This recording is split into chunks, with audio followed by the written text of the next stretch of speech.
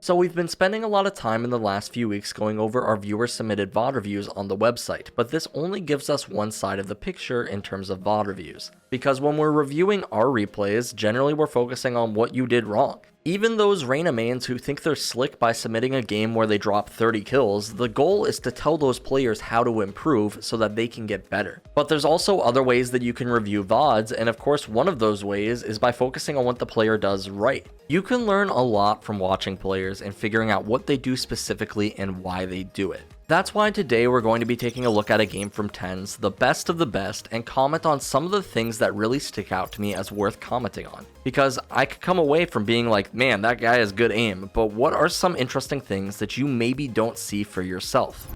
Before we move on to the first round though, I know that it's been a long journey for TenZ to get to where he is today, and the path ahead of you might seem like a tedious one.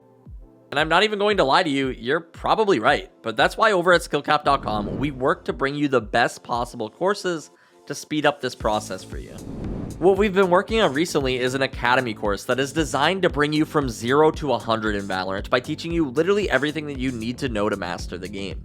All this is also backed by our rank improvement guarantee, so it's actually no risk.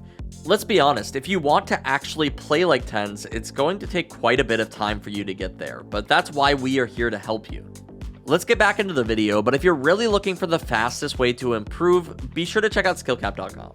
To start this out though, first I want you to listen to TenZ briefly talking about the things that tilt him in matchmaking, and I want you to think about why this clip is actually so important. The certain things that can piss me off really easily is one, ping.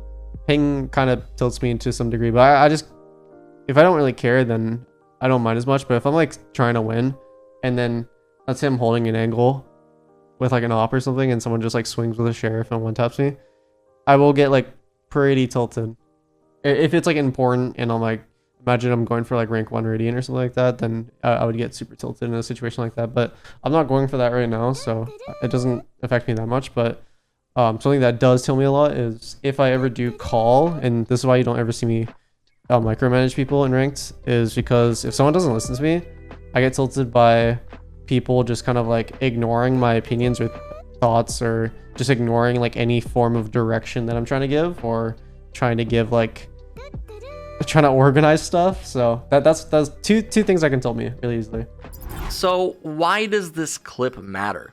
Well, what I thought was cool about it was exactly how specific TenZ was about the things that tilt him. A lot of players maybe have some sort of idea of what tilts them, or maybe they don't, but by knowing what tilts you, you can more easily recognize how to avoid getting tilted. For example, if specifically you get tilted from the enemy team trash talking, maybe a really smart decision for you to do would be to mute enemy text chat. I particularly resonate with TenZ's frustration here when it feels like people are just ignoring your calls. I thought it was really awesome the way that TenZ phrased this sort of issue. It's not like he believes that he's always right and that people should always listen to him. It's just the idea that when he goes out of his way to try to provide input or help a team, and then you have people ignore you, it can be pretty frustrating. So a way that he avoids getting tilted over this stuff is oftentimes he just won't call in matchmaking. Now, I'm not suggesting that you guys don't call, but it's just the idea that TenZ understands what tilts him, so that this way he knows how to avoid it more. Anyway, I thought that was just a cool topic for discussion, but let's get started with the first actual round of the VOD.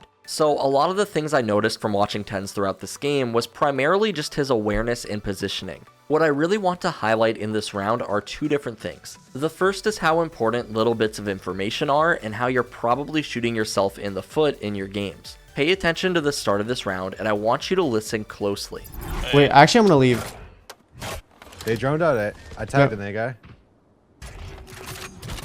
It was fast, but if you didn't hear that, you probably don't pick up this kill here, because the enemy Sage made a small noise in middle, and TenZ was able to hear that and was in the perfect position to pick her off. And the takeaway from this isn't TenZ has incredible hearing, so that's how he picked up this kill. No, what I'm trying to point out here is that little movements like that quite literally can determine the outcome of a round. Just like when you guys with your elephant feet decide to rotate out of part of the map, people hear those things and they react to those things. You might think that making a small bit of noise doesn't matter, but it matters a lot, and in this Sage's case, it literally got her killed. But moving on in the round, we have something else really awesome to showcase, and that's going to be during this 2v1 versus the enemy Cypher. Notice how during this 2v1, rather than ego peeking the Cypher, TenZ just throws out the calm, cool, and collected. I'm hiding. So many players would try to ego this 1v1 here and end up getting picked off, but because TenZ is aware of where his teammate is, he knows he doesn't actually have to peek. This Cypher is going to get killed by his Reyna in like 1 second as long as he just stays alive. But if he dies, the Cypher knows that he's in a 1v1 and this round becomes a lot more losable. So many of you in your games have zero awareness of where your teammates are positioned though, and you give the enemy team the 1v1s that they're looking for. And that's a lot of the times what is holding you back in your game. Moving on to the second round I wanted to talk about though, and one of the things I really love about watching top tier players is mainly just the subtleties behind their play. It's all about the little things that add up to win their rounds. Just as we mentioned before with that Sage who made just a little bit of noise and it got her killed, take a look at this round. His team currently only has 10 seconds left to plant the spike. And TenZ realizes this, and that's why when they come to site, TenZ is completely prepared to smoke the spike planter to provide them cover. Now, I'm not sure if TenZ actually messed up this smoke or if he intentionally placed it in front of the planter, but what you'll notice is because the smoke is in front of the planter, they're covered from bridge, but they're not covered from B main, and this is where 2 of his teammates will end up getting picked off, including the planter after the spike goes down. Now, I could see him intentionally placing the smoke further as to try to confuse the defenders on where the spike is being planted, but the big thing that stands out here is that he was thinking of placing a smoke in the first place, which is something I feel any good Jett player would do, but it's also something I'm fairly confident none of the Jetts would do for me. Like, let's be honest, how often do Jetts in matchmaking actually use their smokes for somebody other than themselves? Not often. Once again, this is a 2-part clip though, and after his team gets the spike down, TenZ actually falls back towards door as it's his closest option for cover. Now once again, just like the other rounds, you'll see why making noise can be such a big deal, because otherwise there's no way that TenZ just flicks onto this Viper like this. But the other thing I want to comment on is how TenZ plays this post plant. He recognizes the spike is planted close, and Hiko has his ultimate to force the Cypher off the bomb, so he's actually going to go flank all the way around towards cave. Now, to many, this thought may never even cross their mind, but if you have the time to perform these little flanks, they can be incredibly strong. Because there's almost no shot this Cypher expects TenZ to flank all the way around cave in this moment, unless he possibly hears him running. Now, TenZ actually is going to end up whiffing on this Cypher, but this is a play I can't imagine like 80% of the SkillCapped subscribers making, and that's why I want to point it out. There are a lot of ways where you can take what players think they know and use it against them, and this is a great example of that. The Cypher saw Jett at doors, so he probably is going to think that Jett is still by doors with all of the chaos going on. Use these things to your advantage. Now, before we move on to the last round that really stuck out to me, I do want to comment on just something else that was pretty subtle, but it will also win you more rounds, and that's just thinking about what the enemies have been doing. Notice how in this round, TenZ decides that he wants to use the AWP and halls, and from previous rounds he found out that the Sova had been darting halls. So in response to this, he mentions to his teammates, hoping that they'll shoot the dart. This isn't rocket science here, but I actually believe that this is one of the things that holds players back the most from being higher ranks. It probably holds back myself as well, and it might be part of the reason I've never been a Radiant level player. Improving at video games is all about learning from your past experiences, and that also includes not making the same mistakes that you've made before. So let's say for example the Sova recons halls at the start of every single round. In one round, TenZ goes up halls and he gets tagged by the recon. For the sake of this example, let's say that he even dies because of the recon. Now it seems like common sense, but next time it's pretty clear for most viewers of this video that he should probably get somebody to shoot the dart next time. However, most of you guys, when I watch your games, continually will make the same mistakes and never adapt to them. The enemy team will run the same execute 10 times onto site and you'll never adapt to counter it. Or your team will have the same failed push onto site 10 times and you'll never switch anything up. Remember, in all of your games, it's about how you adapt, and you can have all of the information in the world, but if you don't adapt and use it to your advantage, you're going to lose. TenZ doesn't actually get any kills in this round, but I felt like it was worth mentioning because once again, it's the subtleties that I feel like people can learn the most from.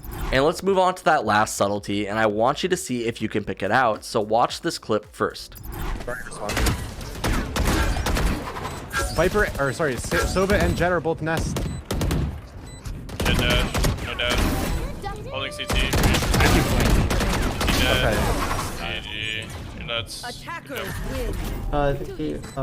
TenZ. So what do you think I'm going to comment on here? Well, the clip wasn't that long, so maybe you have a decent guess. Obviously, it's referring to the 3K, but what was it? Was it his aim? Well, sort of. He has incredible aim, but it's actually more than that. Take a look to not only how he chooses to fire his rifle, but also how he chooses to move during this gunfight. He is only shooting specifically one bullet at a time, and then between each shot, he's strafing and crouching and just making it as obnoxious as possible for these players to hit him. And obviously, the reason that he's doing this is because he's fighting targets who are 30 plus meters away from him, so it doesn't make much sense for him to spray or even burst at these ranges. But the other thing is that if he just stands still and goes for the same play, there's no way that he wins. These are Radiant level players and they're going to land a shot on a standing still target. But because he's moving so much, it doesn't actually matter that he's in the open, he's quite literally dodging all of their bullets. I wanted to show this clip because I wanted to highlight how it's not even really about his aim. And that's the amazing thing, because his aim is incredible. It's about his aim and his movement together. Because like I said, without the movement, he's just going to get one tapped here. But anyway, as you see, that's the end of the game, and thus this is the end of our VOD review for TenZ. I hope you guys learned something from this video as always, and this isn't intended to be the best demonstration of what TenZ is capable of. This was just an average game for him, but there's still a bunch to dig into and a lot that players can learn from these games. Also, don't forget, if you wanted to check out our newly updated Jet course on the website, be sure to do so with the link below. And other than that, my name is King, and we here at SkillCapped want to thank you all for watching. We'll catch you in the next one.